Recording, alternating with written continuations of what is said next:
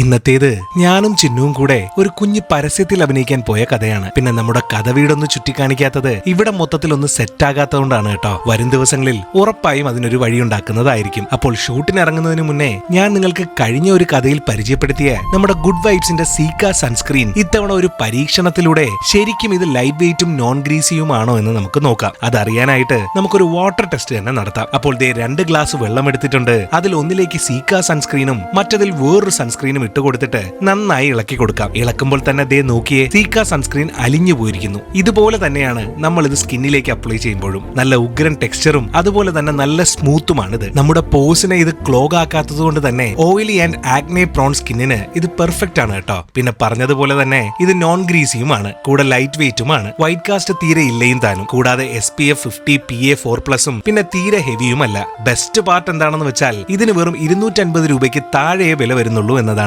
purple.com വഴി നിങ്ങൾക്ക് ഇത് വാങ്ങാനും പറ്റും. അങ്ങനെ സൺസ്ക്രീൻ ഒക്കെ ഇട്ട് റെഡിയായി ഞങ്ങൾ ഇറങ്ങി. ചിന്നുവിനെ നേരെ നമ്മുടെ ഏഷ്യാനെറ്റിന്റെ ഓഫീസിൽ ഒരു മീറ്റിംഗിന് ഇറക്കിയിട്ട് ഞാൻ നേരെ മുടിയൊന്ന് സെറ്റാക്കാനായി ബോട്ടണിക് സലൂണിലേക്ക് ഒന്ന് കയറി. നിമിഷ നേരം കൊണ്ട് തന്നെ പുതിയൊരു ഹെയർ സ്റ്റൈൽ ഒക്കെ സെറ്റാക്കി ഇറങ്ങി. ഞാൻ ഇവിടെ റെസ്റ്റോറന്റിലുണ്ടെന്നും പറഞ്ഞ് ചിന്നു വിളിച്ചപ്പോൾ കൂടാതെ ഇദ്ദേഹവും ഉണ്ടാകുമെന്ന് ഞാൻ കരുതിയില്ല. ബിഗ് ബോസിന്റെ തുടക്കത്തിലൊന്നും കക്ഷി എനിക്ക് ഇഷ്ടമല്ലായിരുന്നുവെങ്കിലും അവസാനത്തോടടുത്തപ്പോൾ ആൾ അടിപൊളിയായിരുന്നു. എന്താ നിങ്ങളുടെ അഭിപ്രായം? അങ്ങനെ ഭക്ഷണവും കഴിഞ്ഞ് നേരെ ഷൂട്ടിംഗ് സ്ഥലത്തേക്ക്. പറയാതിരിക്കാൻ മേല അതിമനോഹരമായ ഒരു വീടും പരിസരവും. അതും നോക്കി നിന്നപ്പോഴത്തേക്കും ചിന്നുദേ നമ്മുടെ കൂടെ അഭിനയിക്കാൻ വന്നിരിക്കുന്ന കുഞ്ഞു നടനുമായി വരുന്നു. പിന്നെ അങ്ങോട്ട് ചെങ്ങൈയും കളിപ്പിച്ചിരുന്നപ്പോഴത്തേക്കും ഷൂട്ടും ആരംഭിച്ചു. പിന്നെ അങ്ങോട്ട് ഞങ്ങൾ രണ്ടാളും കൂടെ മത്സരിച്ച് അഭിനയവും തുടങ്ങി. അങ്ങനെ നെട്ടോട്ടം പിടിച്ച ഈയൊരു ദിവസവും മെല്ലെ കടന്നുപോയി. ചെറിയൊരു കഥയായി പോയി എന്നറിയാം. വലിയ വലിയ കഥകളുമായി ഉടനെ തന്നെ വരാം. അഭിപ്രായങ്ങൾ രേഖപ്പെടുത്തുക, കൂടെ വിമർശനങ്ങളും. അപ്പോൾ എന്നാൽ അങ്ങനെ ആകട്ടെ.